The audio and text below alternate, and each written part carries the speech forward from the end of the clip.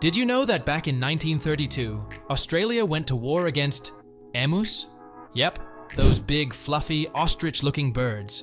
It sounds totally crazy, but I'm not joking. This actually happened, and it's known as the Great Emu War. Get ready for one of the most bizarre military conflicts you'll ever hear about. Let me set the scene. After the horrific bloodshed of World War I, some Aussie veterans were given tracts of land way out in the isolated bush of Western Australia to start new lives as farmers. Finally, a chance at peace and quiet, right?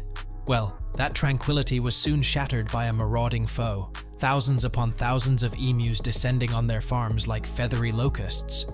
These farmers watched in horror as these 6-foot-tall, 100-pound feathered behemoths gobbled up their crops without so much as a "thanks for the grub, mate." Entire fields of wheat, corn, you name it, devoured in one emu-sized bite after another. It was an all-you-can-eat emu buffet, and the emus were going to town. Well, the farmers quickly realized that emus are a protected species in Australia, so they couldn't just go round shooting at them willy-nilly. So they did what any self-respecting Australian would do. They called in the military for reinforcements against the emu scourge. And let me tell you, the military took this very seriously. They rolled up ready for battle with soldiers, machine guns, the whole shebang.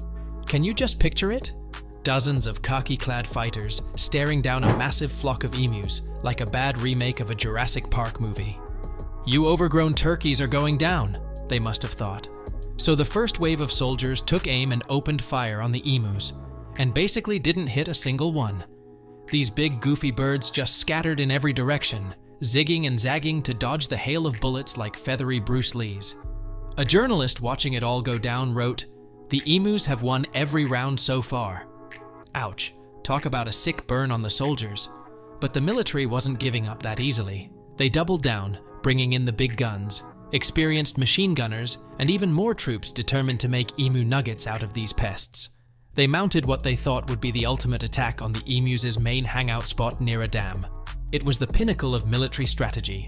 Soldiers on one flank, gunners on another, ammo fully loaded and locked. This time there'd be no escaping the Great Emu Apocalypse. Except, the emus had other plans. As soon as the first round started blasting, they pulled a John Woo-style move, scattering and taking cover in the bushes at Usain Bolt speed. Barely a handful of casualties while the soldiers looked flat-footed and dumbfounded. One poor gunner griped, "Their pedal extremities are unrivaled," which is military jargon for, "How the bloody hell do we hit something that can move its legs that fast?" The emus were making an embarrassing mockery of the might of the Australian military. This emu-matic pattern just kept repeating over the course of nearly a month of combat. Soldiers took aim, emus went sprinting in all directions giggling, "Catch us if you can, day 12, still no progress," suggested tactic, luring emus with looped footage of emu courtship dances. Day 18, out of time, resources, and emu survival tactics. Request emu whisperer reinforce. Squawk. After a little over a month, somewhere around 10,000 rounds fired, 1,000 emus taken down. But at what cost?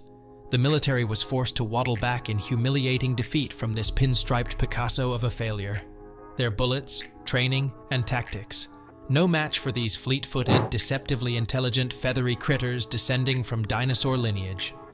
I can just picture the embarrassing telegrams back to HQ. Expenditure of ammunition and effort fruitless against emu cunning and agility. We resign from emu combat operations. Requesting emergency shipment of seed grain to commence emu pacification through peace talks and diplomacy. Over and out.